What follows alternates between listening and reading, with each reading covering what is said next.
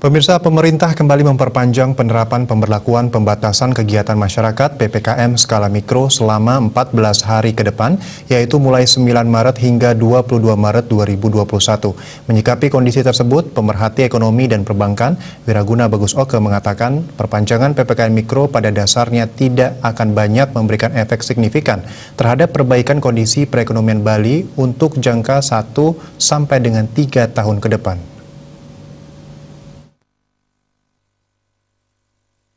Menurutnya tidak banyak memberikan efek signifikan pada perbaikan ekonomi dengan memperhatikan beberapa hal. Hal pertama adanya vaksinasi COVID-19. Wiraguna mengatakan, walaupun program pelaksanaan vaksinasi telah bisa berjalan lancar dan efektif, serta masyarakat sudah mulai terbiasa beradaptasi dengan kondisi PPKM yang diperpanjang, namun masyarakat menengah ke bawah masih tersandra dengan himpitan depresi sebagai akibat belum terbukanya lapangan kerja, terbatasnya peluang usaha serta PHK yang masih berkepanjangan. Hal kedua, lembaga keuangan atau perbankan masih terbelenggu dengan restrukturisasi rasio kredit bermasalah atau non-performing loan (NPL) yang masih diperpanjang oleh otoritas sampai dengan kuartal pertama 2022. Sementara likuiditas keuangan maupun perbankan yang over liquid belum mampu menyalurkan kredit yang bankable sebagai akibat kekhawatiran ancaman macet.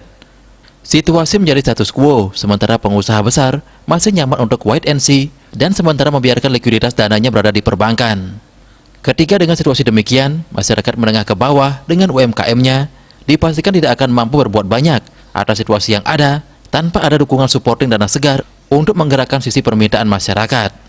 Termasuk menggerakkan pertumbuhan ekonomi secara real, apalagi BI sudah merevisi pertumbuhan dari 4,5 sampai 5,5% menjadi 3,5 sampai 4,5%. Perlu diketahui Ketua Komite Penanganan COVID-19 dan Pemulihan Ekonomi Nasional (KPCPEN) sekaligus Menteri Koordinator Perekonomian Airlangga Hartarto menyebutkan PPKM Mikro Jilid 3 sama dengan periode sebelumnya, seperti perkantoran menerapkan 50% work from home (WFH), kegiatan belajar mengajar tetap dilakukan secara daring online, pusat perbelanjaan atau mall beroperasi sampai pukul 21.00 dengan protokol kesehatan. Untuk di restoran, diperbolehkan makan di tempat dine-in dengan kapasitas maksimal 50% dan layanan pesan antar diperbolehkan. Kemudian tempat ibadah maksimal 50% dengan protokol kesehatan, kegiatan konstruksi beroperasi 100% dengan protokol kesehatan, dan sektor esensial beroperasi 100% juga dengan protokol kesehatan. Wartawan Bisnis Bali melaporkan.